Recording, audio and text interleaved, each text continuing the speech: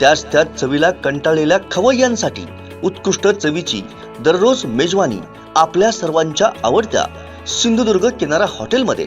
ठाण्यामध्ये 18 वर्षांपासून सुप्रसिद्ध असलेले सिंधुदुर्ग किनारा हॉटेल आता असलदे या गावात अगदी निसर्गरम्य ठिकाणी non AC, open AC family hall, AC बोटीत बसून जेवणाचा आनंद, प्रशस्त पार्किंग, स्वच्छ आणि प्रशस्त टॉयलेट, चहा, नाश्ता, जेवण यासह मालवणी त्याचबरोबर Mughlai, Chinese, tandoori, north Indian अशी भरपूर व्हरायटी। आजच भेट द्या आणि अनुभव घ्या एका अनोख्या निसर्गरम्य मेजवानीचा। हॉटेल सिंधुदुर्ग किनारा, मुंबई गोवा हायवे, असलदे पेट्रोल पंपाजवळ, असलदे। संपर्क 8624 85 94 49 आणि 8624 90 94 49। हॉटेल सिंधुदुर्ग किनारा।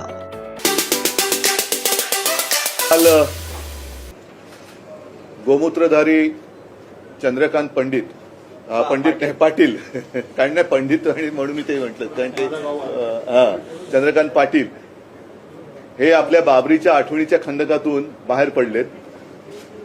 असे बाबरीच्या आठवणीच्या खंदकातून बरेच उंदीर आता बाहेर पडायला लागलेले आहेत। पण संतापजनक गोष्ट ही आहे की ज्या वेळेला बाबरी पाडली तेव्हा हे सगळे उंदीरच बिळामध्ये लपले होते, एकही बाहेर यायला तयार नव्हता। अगदी त्यावेळेला आपले माननीय पंतप्रधान सुद्धा हे बांगलादेशच्या युद्धात म्हणजे त्या सत्याग्रहात सहभागी होते, पण बाबरीच्या आंदोलनात कदाचित ते हिमालयात असतील, मला माहिती नाही, पण त्यांचंही नाव कुठे आलेलं नव्हतं। आणि तेव्हाचे जे भारतीय जनता पक्षाचं म्हणण्यापेक्षा भरकटलेल्या जनता पक्षाचे उपाध्यक्ष होते ना, सुंदरसिंह भंडारी, त्यांनी आपल्या अंगलट काही यायला नको, अंगलट येणं शक्यच नव्हतं कारण त्यांचा तसा कुठे सहभागच नव्हता। त्यांनी जाहीर केलं होतं की बाबरी पाडण्यामध्ये भारतीय जनता पक्ष वगैरे कोणी नाही, हे काम असेल तर शिवसैनिकांनीच केलेलं असेल, शिवसेनेनेच केलेलं असेल। आणि ही बातमी जेव्हा आली तेव्हा मी स्वतः हजर होतो। मला वाटतं संजय आपण फोन केला होता त्या वेळेस, मला कल्पना नाही कारण पलीकडे कोण होतं मला माहिती नाही। आणि मी धावत तेव्हा वरती गेलो होतो बाळासाहेबांना सांगायला की बाबरी पाडली। मला म्हणाले अच्छा लाव टीव्ही, आणि तेवढ्यात फोन वाजला। आता तो संजय राऊतांचाच तो फोन होता आणि बाळासाहेबांनी फोन घेतला। अच्छा मग बरं, नाही जर शिवसैनिकांनी पाडले असेल तर मला अभिमान आहे, आणि फोन ठेवला। आणि जे चिडले, आता हा शब्द हा सर्वोच्च न्यायालयाने आता आपल्या सरकारच्या बाबतीत वापरला म्हणून मी वापरतो, नाही तर पुन्हा माझ्या शब्दावरनं गोंधळ व्हायला नको।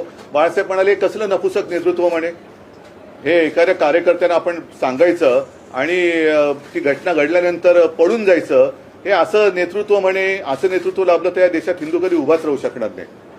आता हे सगळेजण हळुवारपणाने बिळातनं बाहेर येत आहेत। कोण शाळेच्या सहलीला गेले होते त्या वयामध्ये आणि सांगतात की माझ्या आजूबाजूनी गोळ्या गेल्या होत्या, कोण म्हणतात आम्ही या तुरुंगात होतो, कोण म्हणतात मी त्या तुरुंगात होतं।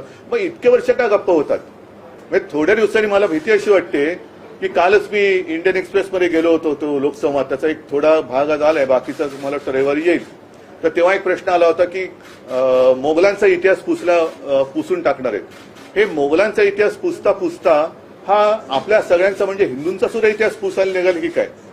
ज्यांच्याकडे शौर्य नसतं त्यांना शौर्य करण्याची वेळ येते, आणि म्हणून भारतीय जनता पक्ष ह्याच्याकडे कधीही शौर्य नव्हतं। बाबरी पाडल्यानंतर सुद्धा मुंबई आणि महाराष्ट्रात ज्या दंगली झाल्या तेव्हा शिवसेना सत्तेवर नव्हती।